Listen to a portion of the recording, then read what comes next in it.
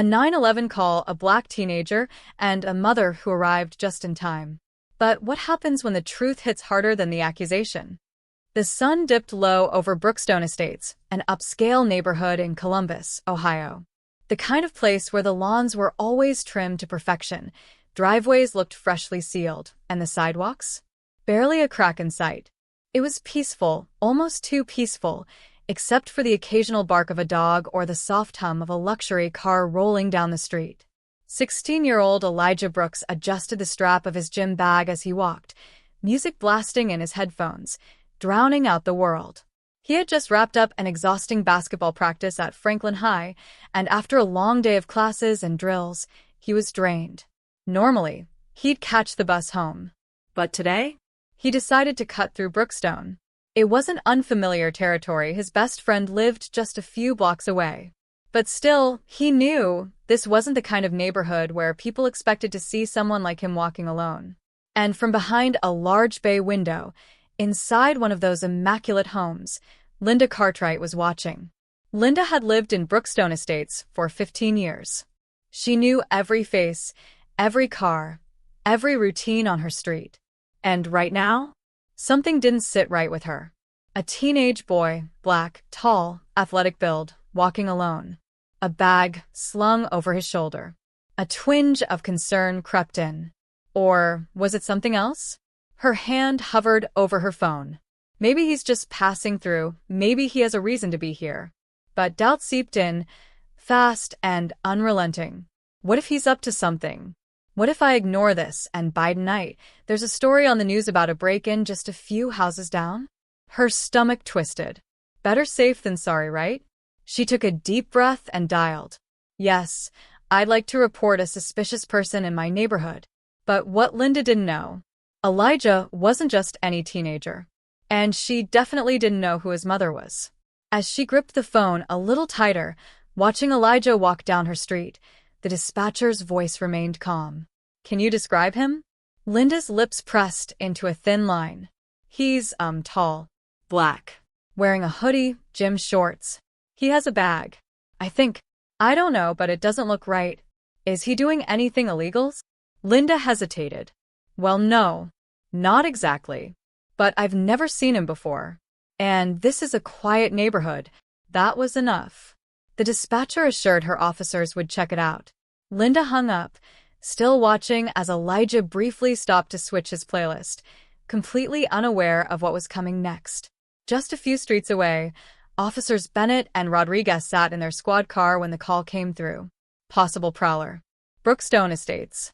Male, black, mid-teens, carrying a bag. Bennett, a stocky officer with 15 years on the force, exchanged a glance with Rodriguez, the younger officer, still learning the ropes.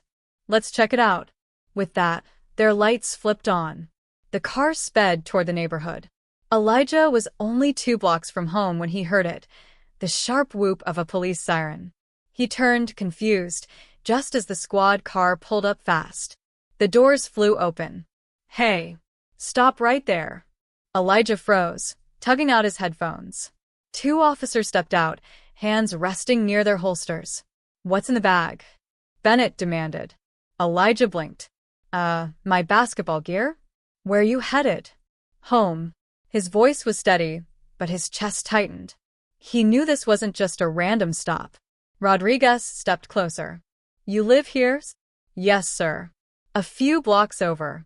Bennett scoffed. That right? What's the address? Elijah started to answer, but before he could, Rodriguez yanked his bag away. Hey, that's my stuff. Relax, Bennett muttered, unzipping the bag, rummaging through it. Shoes. A sweaty jersey. A water bottle. Nothing suspicious. But Bennett wasn't done. Why'd you cut through this neighborhood? Elijah's heart pounded. It's just a shortcut. I'm not doing anything wrong. Rodriguez hesitated. Maybe he's telling the truth? Bennett didn't budge. Then why'd someone call the cops on him? Elijah opened his mouth, then stopped. Because over the officer's shoulders, something caught his eye. A sleek black SUV, rolling toward them. It pulled up, braking sharply. The doors opened, and out stepped Denise Brooks, the mayor of Columbus. The officers had no idea who they had just stopped. Neither did Linda. The moment Denise Brooks stepped out, the air shifted. She wasn't just any mother. She was the mayor of Columbus. And she carried herself like it. Dressed in a sharp navy blazer, heels clicking against the pavement, she moved with purpose. Not running, not panicked, but controlled. A woman used to walking into rooms where people doubted her authority and reminding them exactly who she was. Her eyes locked onto the officers standing over her son. Bennett stiffened. He recognized her. He'd seen her on the news, at city meetings. But it took a second for his brain to catch up. Rodriguez was the first to speak. "Ma'am, I need you to step back. We're handling a situation." Denise didn't flinch. "Oh, I see that," she said smoothly. "And what exactly is the situation?" Elijah exhaled, relief washing over him. "Mom." She raised a hand. "I've got this." Bennett cleared his throat. "We got a call about a suspicious person in the area." Denise arched a brow. "Suspicious?" Rodriguez gestured at Elijah. "We stopped him to ask some questions. We need to confirm he actually lives here." Denise let out a slow, measured breath.